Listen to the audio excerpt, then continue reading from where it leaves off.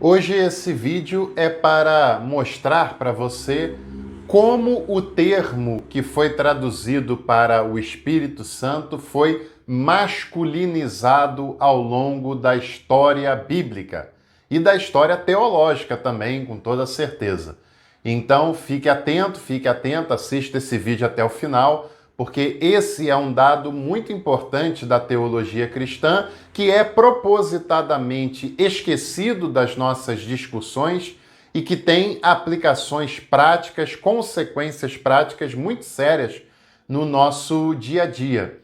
Bom, você certamente conhece, é muito familiar para todos nós, cristãos, cristãs, o termo Espírito Santo, né? Que é um substantivo que se refere a uma pessoa divina. Porém, o que muita gente não sabe é que nem sempre no texto bíblico esse substantivo ele era masculino, como é tão comumente aceito no nosso idioma, no nosso contexto. Aliás, no texto bíblico, o termo nunca foi masculino, ele se tornou masculino depois, já na história da igreja, já depois do período bíblico. Você deve saber que nós, seres humanos, segundo o relato bíblico do Antigo Testamento, nós somos imagem e semelhança de Deus. Nós somos criaturas e, portanto, somos imperfeitos, nós somos dependentes, nós somos limitados e temporais, mas nós somos criaturas da parte do próprio Deus e somos feitos conforme a sua imagem e conforme a semelhança. E se o ser humano foi criado como masculino e feminino, isso significa dizer que o masculino e o feminino essencialmente estão em Deus, porque nós somos sua imagem e semelhança. Assim como brancos, pretos, indígenas, asiáticos, orientais, de modo em geral, estamos todos em Deus, porque somos igualmente imagem e semelhança dele, e as mudanças na tonalidade da pele, basicamente, ela é causada pela posição geográfica em que cada povo vive.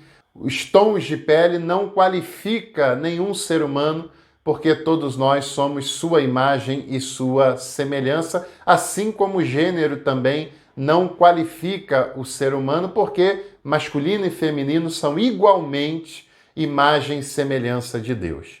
A história da teologia nos mostra uma teologia basicamente feita por homens brancos e europeus. Você deve reparar nos mapas mundis que sempre a Europa é considerada, é retratada como o centro do universo.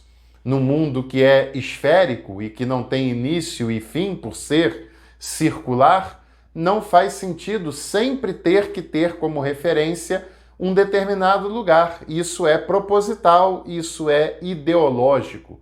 Sem dizer que o norte do mundo, a Europa, o Japão, os Estados Unidos, são superdimensionados em detrimento do restante do universo.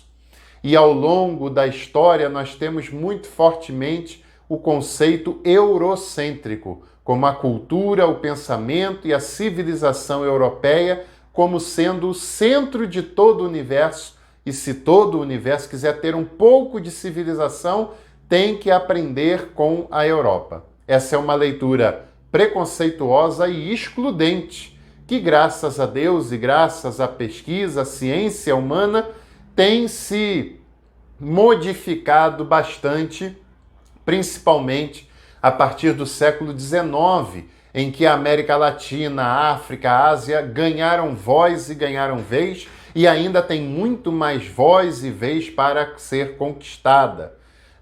Aliás, na teologia também passamos a dar ouvidos para a teologia periférica, produzidas pela América Latina, Ásia, África, pela teologia negra, pela teologia feminista e por assim por diante. Você deve saber também que os textos bíblicos eles foram criados dentro de uma cultura essa que era patriarcal. E quando nós lemos o Antigo Testamento, o substantivo que era usado para se referir ao Espírito de Deus era ruá, que é um substantivo feminino no hebraico. Portanto, o primeiro substantivo usado para o Espírito era um substantivo feminino. Com o passar do tempo e com o Novo Testamento, que não é mais escrito em hebraico, mas escrito em grego, o termo usado para substituir a ruá passa a ser pneuma.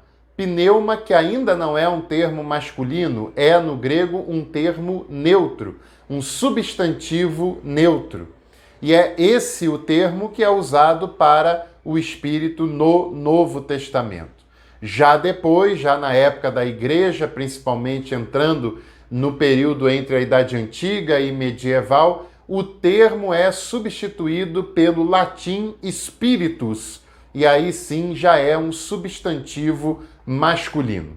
Isso não é por acaso, é claro que isso é intencional, e o termo que era usado para o espírito lá no hebraico feminino foi masculinizado ao longo do tempo, ao longo da história da teologia e do pensamento cristão.